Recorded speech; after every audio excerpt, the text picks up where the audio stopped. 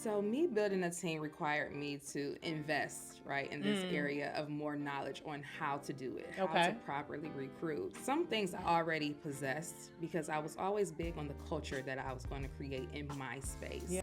I've definitely taken away some key points such as making sure your vision is at the forefront. Everyone needs to know your vision. Yeah. And then once you have that vision, you have to create your values. You have, whether they're personal and or professional, you have to write those things out. What do you value? Yeah. If it's integrity, if it's communication, if it's quality service, excellence, know your values and share those with the people that you want to bring on to the team. And once you have the values, then you can create the mission.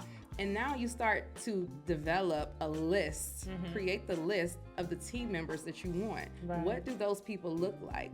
What qualities do they have to currently possess? Yeah. And it's just like making a vision for anything you want to obtain. You have to do the same thing when it comes to people.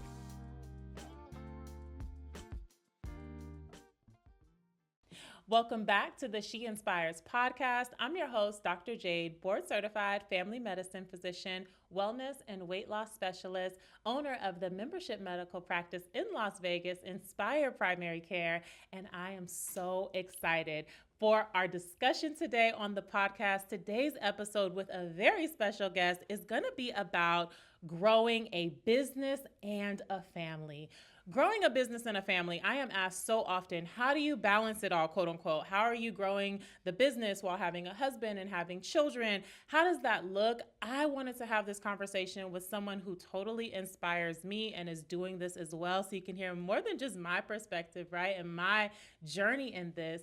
Welcome to the podcast to my very good friend, Miss Savannah Harmon. Welcome to the podcast. Thank you. I'm so glad to be here on She Inspires. I'm a mix of excited, nervous. It's just gonna be so good. This is gonna be so good. Ditto. So, of course, I know who you are, but Right. tell the She Inspires fam who you are and what you do. So I am Savannah Harmon. I am a licensed cosmetologist of nearly 20 years. I am the owner of Salon Culture and Suites for 3 years now. I am also an educator. I'm a mom, a wife, a Christian. I'm a woman. Yes, you are incredible. And if I'm you're so watching, inspired by you. and if you're not watching on YouTube, you should be, because she's also fabulous, okay? And she is giving a Thank you, full friend. look, okay? I love it. So, all right, let's jump into it. Tell me the story of how this all developed. First, tell the family, like, what does your business look like today? I know you're 3 years in, but what is your business? So my business is a full service salon. We offer all things aesthetics, from hair, nails, skincare, waxing. We have a barber shop inside of the salon. So we're all things beauty in one space. Yeah. We also offer an apprenticeship where we train professionals that are trying to brand themselves. That's what makes us unique from other salons, is we are invested into people being independent. So we help others develop their beauty brands, and we train them to advance their skill set. That is pretty unique. And I love that about your business, is that it's not like, oh, it has to be Salon Culture, but don't say your name or don't share your card or don't put a different name on it. You really actively promote and bring up and train up other individuals to have their own version of ownership, even under your umbrella. Absolutely. Because my business is only as successful as it can be if the team is successful. Yes, So and we're going to get into team. Yes. We're going to get into team, We because are that's gonna a get big into one. that. That's a Yes. big one. And I'm like, Yes. whoo, teach me all the things. But you have so many hats that you wear, literally, right? And so being a wife, a mom, a business owner, what does balance look like for you when it comes to all of that? And what are some tips you have to some of the women listeners who may dream to one day have a business, but also be a wife and a mom and have their own quality of life as an individual? What are some tips you have, some things on the journey? What can you share about all that? Ooh, this is so fresh for me. You know, we've had plenty of girl chats about this. And recently I have learned that you have to choose you first. You have to know your needs first and make sure your needs are met. It goes back to that analogy of putting your oxygen mask on first when you're on a plane. Yes. If you don't have oxygen, you're not going to be able to help anyone else have oxygen either. So that is what I'm actively learning right now, is to identify my needs so that I can be the best version of me and give my best self to those other roles. Absolutely. I love the oxygen mask example. I share all the time my favorite quote of filling your cup and serving others from the overflow. I mean, there's so many different ways you can say this. Another quote I love is self-care is not selfish. Exactly. And so all of that is so important. And I love that you also share the authenticity of, I'm learning that. I'm just now starting to realize I need to apply that, right? And so that's also very relatable. And like, oh, okay, we don't just all have it all together just because we look good, right? Right. Yeah. Yeah. And so on this journey, how did salon culture come? Because we have a lot of things in common. And one of the things we have in common is we both had this dream of what we wanted to do as adults, and we're doing it today. And so I started saying I wanted to be a doctor at 4 years old, and I wanted to have my own practice. And of course, you know, I had a different idea of what that would look like. I thought I'd be an insurance-based doctor or whatever. But now I'm living that dream today. And we were talking, and you were saying that this is what you've wanted to do since you were a child. Tell me about that and what that's like to be living your childhood dream.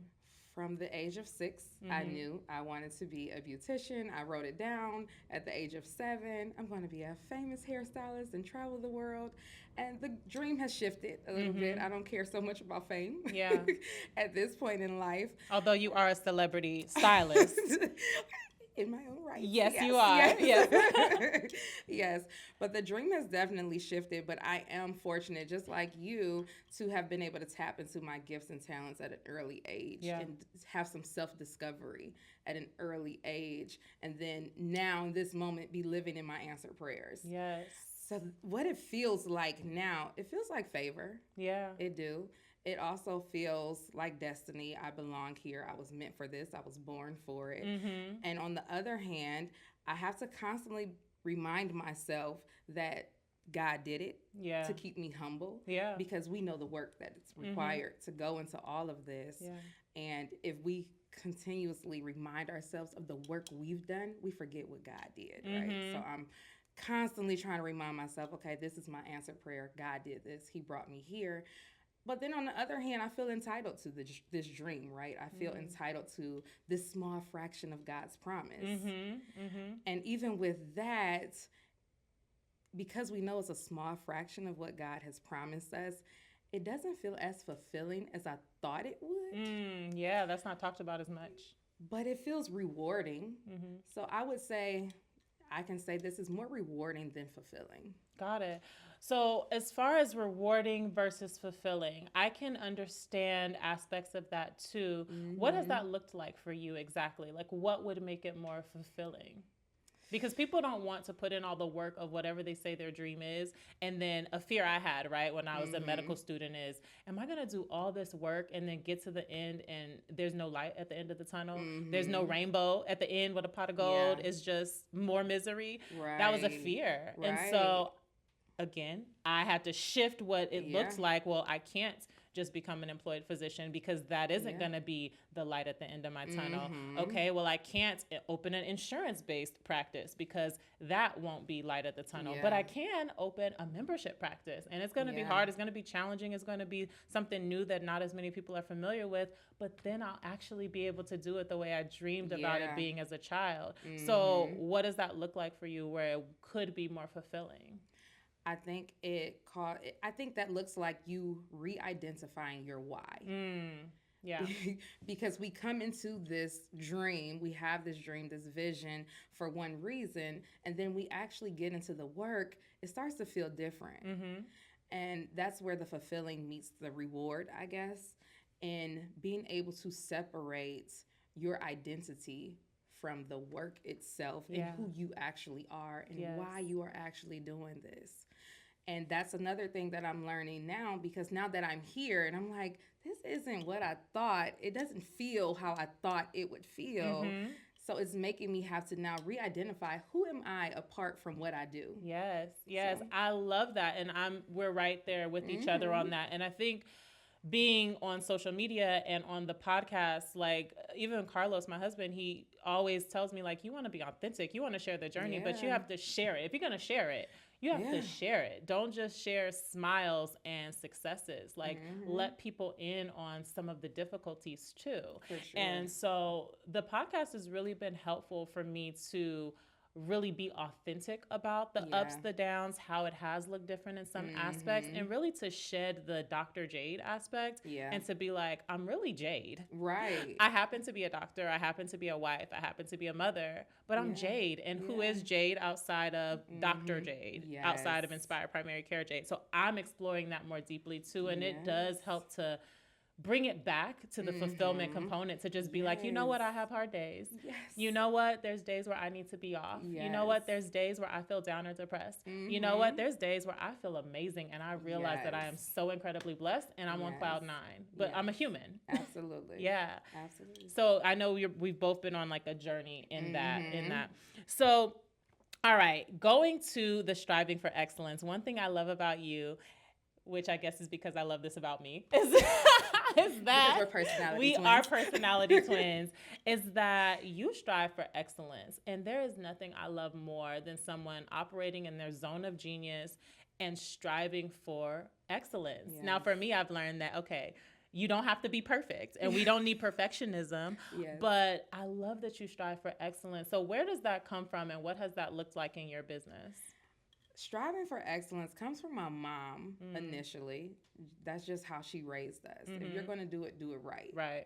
And it also comes from growing up in the ministry that I grew up in. The leadership, their thing was do it in excellence, do it in order, in decency and in order.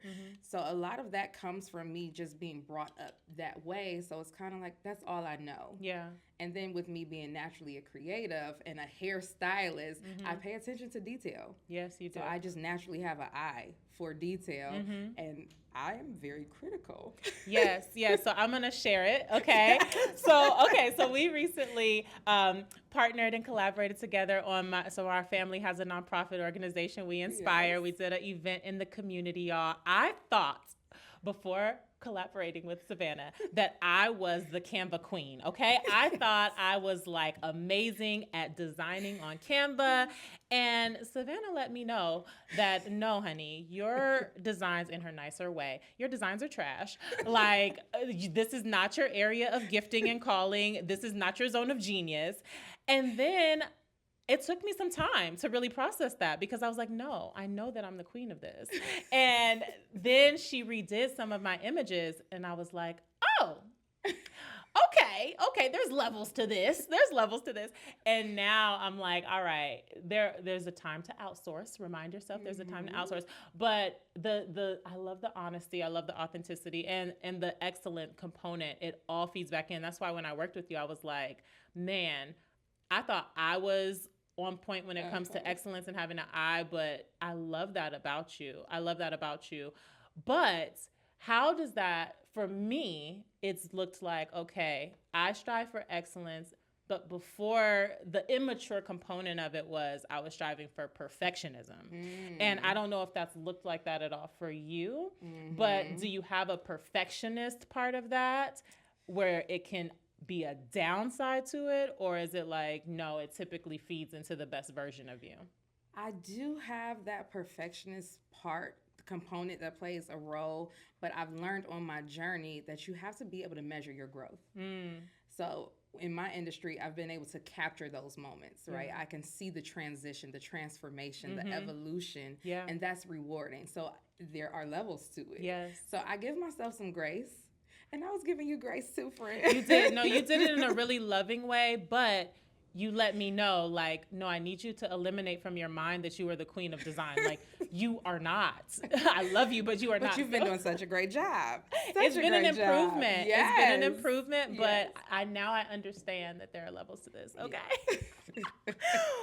But okay, so we're talking about being personality twins, and we talk about, as we've gotten to know each other more, we have learned, or I learned, that we're both very artistic and also introverted. Yes. And so what has that looked like when it comes to your business, and how have you grown your business being a more introverted person? Because it can be a misconception. For sure. It's been a journey. Starting out, I was definitely introverted, very shy. Savannah typically is shy, just want to be by herself, kind of away from the crowd, not in the forefront. And what I had to do was create an alter ego. I had to create an alter ego that I needed to show up in the spaces that I had to be in. Does she have a name? Because we got a Sasha Fierce of Savannah. You know what? It's funny because my mentor at the time would call me Sash. Okay. And that helped me because my mentor was coaching me through photo shoots. I was doing my own modeling. Yeah. So that did help me, but I didn't want to be Sash. I wanted to be another version of Savannah. Got it. But I would own it in those moments. Yeah. So first, I definitely had to do that. And I had to create a list of who did I need Savannah to be in these spaces. Because ordinary Savannah don't have that type of confidence, those leadership skills, those communication skills. She shies away. I needed someone that was going to be more boisterous, a leader, on stage, performing. Yeah. So I had to create that alter ego. And once you commit to nurturing that alter ego, the two just kind of mesh. Yeah. So I would say I've kind of evolved into an ambivert. But also what helped me to nurture that alter ego was doing small groups, like communication classes, like Toastmasters. We talked about that before. Yeah. Because Savannah didn't know how to have small talk or just naturally engage. Yeah. And I had to learn to do that so that I can network, because it's essential to building a business. Absolutely. As long as you have a business, you need people. Yeah. And as long as you need people, you have to know how to talk to them. Yes. So that's what I would recommend people to do. Create an alter ego and then join things that cause you to grow out of your comfort zone. Yeah. Things that's going to help you with your public speaking, communicating, leadership skills, things of that sort. Absolutely. And I want people to know that the things you see me do are all outside of my comfort zone, all of it. Before we started this podcast, we prayed. Why? Yes. Because we're like, we want God's presence, because this is outside of our comfort zone. Absolutely. Before I go live, I'm like, God, I do not want to do this. I don't want to do this, but I know I will do this because we're growing a business and we're committed to it, but we do it. So it's all a push out of the comfort zone. Yes. But it's a development. It's developing a skill. I tell people it's like when you're trying to build a muscle, it's the small repetitive things you do over a long period of time that builds the muscle and makes it feel more natural. So, okay, you talked about talking to people, and you need people to build a business. A big part of that is team. And I'm in a season in Inspire Primary Care. We have one full-time employee, and my husband is a part-time employee, and we're looking to hire a physician or a nurse practitioner or PA to the practice soon. If you know one that's in the Las Vegas area that would be a good fit for Team Inspire, reach out to me, okay, because we're preparing for that. But there is so much to learn when it comes to growing a team. And you have done, I don't know if you give yourself enough credit for, you've done an amazing job with how you've built teams and company culture. In salon culture. Exactly. So tell us about your experience in building a team with your business. So me building a team required me to invest, in this area of more knowledge on how to do it, how to properly recruit. And some things I already possessed because I was always big on the culture that I was going to create in my space. Yeah.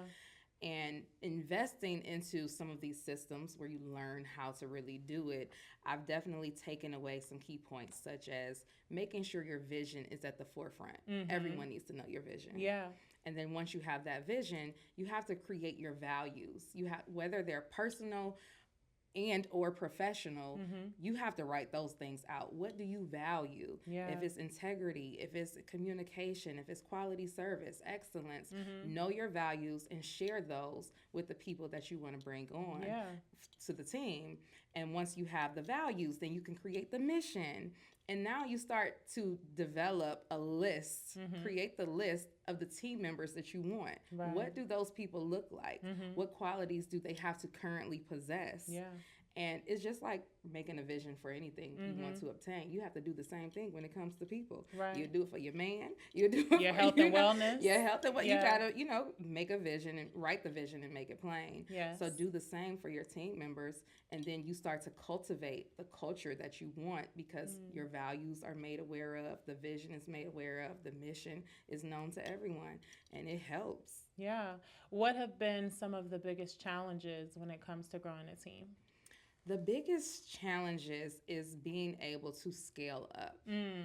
Okay. It's carrying the weight of knowing that people are anticipating opportunities to be able to eat. Mm-hmm. Yeah. That's the greatest challenge, is being able to financially provide for everyone's household. Yeah, gotta make payroll. Gotta make payroll. Mm-hmm. So that's the biggest challenge. But when you have the fundamentals, it's going to happen. It requires patience. Yeah. And I think the patience is where sometimes you hope that people are like, hold on, don't give up yet. It's going to happen. We got to keep putting the work in. Mm-hmm. And it gets discouraging at moments because you have to go through those seasons. Yeah. And oftentimes people don't weather the storm. Yeah. You know, you got to go through all four. Go through all 4 seasons so you can see where's the highs, where's the lows, and how do we prepare for the next year of this. Yeah, that is true. And it's challenging. I can see the challenge from both the employee's state and the employer's state, because businesses go through seasons. They just do. It's not going to be all up. And we're in a in-between season at Inspire Primary Care where it's like we're so busy, where I'm very busy as the physician, but not quite busy enough where I could hire somebody today. So it's in that season of like, whoo, we're busy, but hang on, because soon we'll be able to bring on someone else to relieve it up. And then the whole cycle starts again. Now we're both busy and now we're getting to that point where we can hire another. So it's really important. And from the employee standpoint, to know if they know the vision and they know the mission and they know that they're aligned, it helps to be in alignment with the why and say, no, this is where I'm supposed to be, even during this challenging season, right? And so, you know, we said this is about growing a business and a family. So let's talk about, you have 3 amazing children and an incredible husband. Okay, shout out to Aaron. Okay, so what has that looked like? Because many women ask me about the balance of being married and having children, and how you have children along the journey of acquiring your skill set and establishing your business. What has that looked like for you? How does motherhood play into your empire building? How does marriage play into it? So this was a conversation that we had months back, right, at a girls' night. Yeah. And I hit burnout. I was consumed by the business entirely. Yeah. And I felt everything else was being neglected. I knew it. And I remember you asking me a question. It was you or either Rosie, our girlfriend, asked me a question about how I prioritize. It may have been Aaron. And I was like, oh, I sacrifice him. Yes, yes. And that's just being fully transparent, because the reality is when you have this infant that you're trying to nurture, that baby gets all of your time and attention. And that's what my business felt like to me. Yeah. My infant that I was trying to nurture. Yeah. And I'm like, no, but I'm too tired to do anything else, because I'm giving it all to this business, my new baby. And I really hit burnout. And I felt so bad that my children felt neglected. My husband felt neglected. And I'm thinking, but I'm doing it all for them. Right. Right. I'm going to work hard now so we can play hard later. Exactly. But the reality is you can't get back time. Yeah. So what I've been learning is how to prioritize everything in my life. And again, first starting with me. I have to prioritize me first. Yeah. I have to prioritize my husband. So now we're back to dating. Yay. Because that was a sacrifice. I love date night. Yeah. You inspire me. You and Carlos always got a good date night. Yes. So that's what we're doing. We're dating again. I'm prioritizing the children. I'm taking a weekend off. Yes. Because these are things I didn't used to do. Yes. I'm like, no, I need to work. I got people calling. They want me there. Right. It's money. We're not going to turn down money. Right. But no, the money is going to always be there, but the time won't. Exactly. So I am prioritizing every aspect of being a wife, a mom, and a woman. Yeah. And it's working. I love it. I love to see you taking breaks, setting new boundaries, business boundaries, because as much as I love Inspire Primary Care, as much as I love all of our members, shout out to them, if it's bleeding into my private time regularly, then that love will start to dwindle, okay? Yeah. And having our husbands, I mean, Carlos is really good about letting me know when things are bleeding into the personal life, and we have a commitment of dating for a lifetime, dating forever. Yeah. And so, but it is an intentional effort. It's an ongoing effort. And what I love is that you called your business an infant, as it was, but we just said that it's 3 now. It's 3 now. It's a toddler. Yes. It's a toddler. And what I have the blessing that it may not have seemed like the blessing at a time. It was like, you're crazy, girl. But Aaliyah and Inspire Primary Care are the same age. They're 8 weeks apart. And so what it's taught me is, as I see her in her toddler season, she's independent. It's no, mommy, I got it, mommy. No, I'll tie my shoes. No, I'll do this. I can help you. And I'm like, oh, as I see her as a toddler, I'm like, Inspire Primary Care as a toddler. Like, I can let someone else do that. That can wait till the next day. And so it's really nice as I see her mature. I see it reminds me as a reflection that it's growing. Take your hands off some. Take your hands off. Absolutely. Yeah. So we got toddlers now. We got toddlers now. Thank Toddler God. businesses. Yes. I love it. So what advice do you have to a woman who's listening that is saying, I need to know how you balance, not necessarily balance, but how you juggle. There are no good adjectives for this, but how you survive and enjoy and are transitioning and transforming in the area of motherhood, wifehood, businesshood. You have all the hats, and many women desire to have those hats. And so what would you say to them if there was like one takeaway in addition to prioritize yourself? If you're like, one more takeaway is this, what would you say that is? Therapy. Oh, so we're jumping into a whole nother podcast episode. I love that. So therapy. Okay, tell us about it. Therapy was one of those things that I said, okay, I need something to be able to unload. Yes. Because there's so much from all the roles. Yeah. We carry so much as women. I said, okay, and I'm something like a therapist. People drop all their stuff on me when they're in my chair, which I'm sure you have very similar experiences. And I love it. I love it. But, but you have to be full. Your cup has to be full. Yeah. So I realized, like, you know what? I need a release. I need an emotional release. I need a place, a safe space where I can really unload and have someone to help me to sift through my thoughts because it becomes cloudy. Yeah. So therapy for sure. And just finding things that invest, that pour back into you, like you said, filling your cup. Yeah. So having our girls' nights, that has been... I'm like, get something on the calendar. Yes. Jay makes us calendar everything. We're not walking away without a calendar date.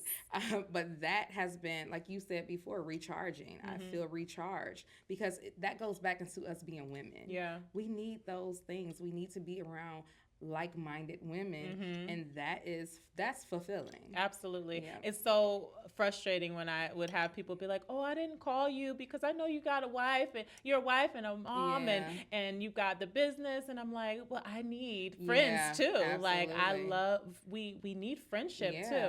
So yes, I've been loving having our girls' nights and prioritizing that womanhood time. In addition to and also it refuels back into our family. Like, how are you prioritizing your husband? How are you prioritizing your kids? You did a play date. You did a park day. Okay, I need to do that. Right. Yeah, exactly. I love it. I love it. Absolutely. So, how are you? This is a question we ask everybody on the podcast. How are you balancing business and wellness in this season? In addition to therapy. I've been prioritizing my relationship with God more. Okay. I had read in my studies, we grieve the decisions we don't include God in. And that's deep. That has had me like, okay, I need more of you, God. I don't want to do anything without you. Yes. And that has slowed me down because I am typically in control of so much.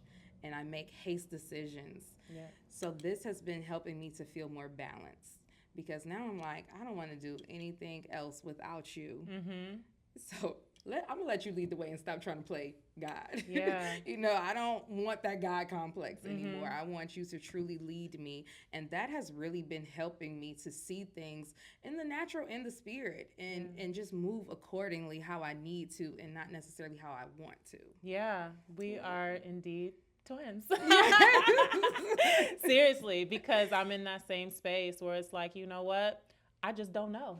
I don't know. I don't know where we're going. I don't know where it's going to be next year. I don't know where it's going to be in 5 years. I don't even want to know anymore. Yeah. I literally just want to wait for God to say move, and then I'll move. Yeah. I want to wait for God to say this is it, and then this is where I'll go. I had a recent opportunity. I know we talked about it I haven't talked about it yet, but I feel God saying to just say it. Yeah. But I had a recent opportunity to be on a TV show, to host a TV show, and it would have involved involved me traveling for a year, traveling to different states, a major network that we all know. I would have been the host of this show. And I said to myself, I auditioned for it. They reached out to me to audition. I did. But I said to God, I said, you know what, Lord, if this is what you've called me to do, please open the door. If this is not what you've called me to do, please close it. Yeah. And then I told a couple of close people, you know, my family, my parents, and I would have people ask me, hey, did you hear back yet? Yeah. Do you know? And I just had so much peace. I was like, no, I haven't heard back yet. And when I did hear back and the answer was, hey, we went with someone else, I had so much peace. Yeah. If I had been trying to do it in my own strength, it would have been like, oh, no, I'm not going to be on the TV show. I'm not going to be the host. But I just had so much peace. God, thank you for closing a door that wasn't meant for me. Yeah. And when just the opportunity, not in this season. And when it's time and you say it's time, I'm ready. Yep. I'm ready when you say. And so, man, I'm right there with you. Yes. I'm right there with you. So we could go all day, but you know, all good things must come to an end. Yes. But tell the She Inspires fam, where can they keep in touch with you? Where can they follow you? So you all can find our Salon Culture and Sweets on Instagram at Salon Culture LV. That's Salon KULTURELV. You can also go to our website, salonculture.com, spelled a little differently, SalonKVLTVRE.com. And we'll have all of it linked in the show notes as well, so they can definitely check it out. You all, thank you. I hope you've enjoyed this. This is one of the most common things I'm asked about balancing business, wellness, motherhood, and, you know, marriage. And I hope that this was helpful to just hear another perspective. As always, join our fam on YouTube at Dr. Jade MD. Join our fam on Instagram at Dr. Jade MD. If you're a busy professional woman that has a business or service that would really benefit our audience, please reach out. We're now open to sponsoring episodes, so definitely keep in touch. There's a link in the bio where you can come and connect with us if you would like to sponsor an episode and share what you do with the She Inspires fam. I cannot wait to connect with you. Share this episode with other busy professional women in your life that are looking to balance business, wellness, and all the things. And we'll see you on the next episode of the She Inspires podcast.